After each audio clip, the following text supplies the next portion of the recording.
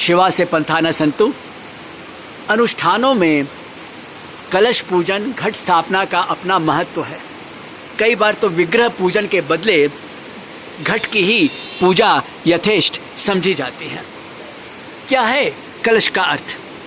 अब विद्वानों की परिभाषाएं तो खैर अलग अलग होनी ही है, कोई बड़ी बात नहीं है। अब देखिए चैनल क्या समझाना चाह रहा है। अब कलश के आकार को अगर हम समझना चाहें तो वह द्योतक है ब्रह्मा विष्णु महेश का। कैसे?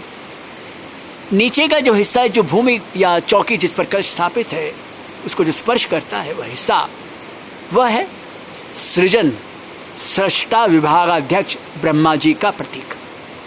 उसके ऊपर का जो उभरा हुआ हिस्सा है, जिसे हम लोग आम भाषा में कहें तो बीच का हिस्सा, वह है संचालन देखरेख विभागाध्यक्ष विष्णु जी का प्रतीक, उनका स्थान है।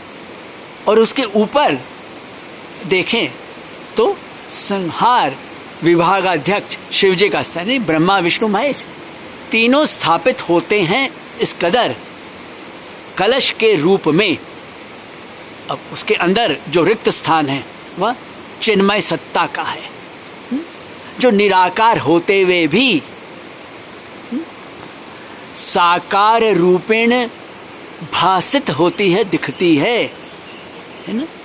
अब उसमें जल भी छोड़ा जाता है। तो जल कितनी मात्रा में छोड़े?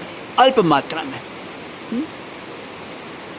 चम्मच के हिसाब से भी देखें तो बहुत हुआ तो 5 चम्मच, इतना तो खैर नहीं होना चाहिए। प्राय कर 2 चम्मच यथेष्ट माना जाता है। क्यों? देखिए जल जो प्रतीक है उसमें क्या चौथा तत्व है, यानी उसमें शब्द स्पर्श रूप और रस तो खैर उसका है। तो ये सारे तत्व उसके ऊपर के आ गए। और रही पृथ्वी तत्व की बात, गंध तो कलश के साथ संयोग स्थापित होने से उसमें आ ही जाती है। जल से ही जीवन का प्रारंभ माना जाता है, इसलिए जल उसमें अल्प मात्रा में छोड़ा जाता है। कई लोग उसमें 1 रुपए का सिक्का भी डालते हैं। तो 1 रुपये तो जानी बात है, सिक्का तो समृद्धि का द्योतक है। अब उस पर पत्तों की बारी। जी हाँ, पत्तों के मामले में आम, बिजोरा, जामुन, काइट, बेल, इन 5 में से किसी एक के पत्ते रखे जाते हैं उपलब्धता के अनुसार। उन पत्तों की समूह की संख्या तो कम से कम 5 होनी ही चाहिए। क्यों? देखिए 5, 7 या 9 तो, पर कम से कम 5 क्यों? देखिए 5 प्रतीक हैं इंद्रिय समूह के। मन ही सही में करता और भोगता है। तो 5 में ज्ञानेंद्रिय कर्मेंद्रिय दोनों समाहित हो जाएंगे, क्योंकि वैसे भी दोनों का तालमेल होना जरूरी है।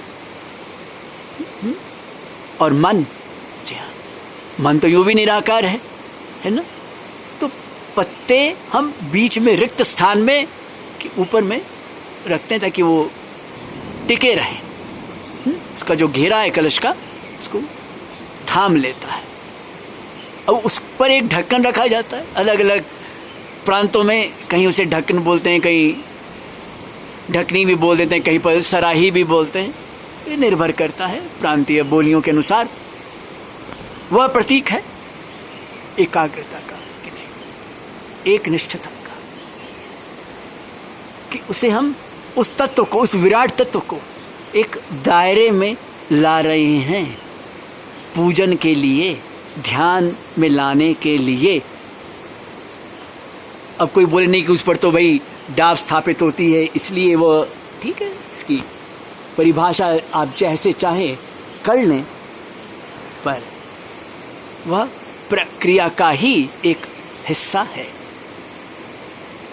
इस दृष्टि से जब हम कलश को देखते हैं, उसके सामने बैठकर ध्यान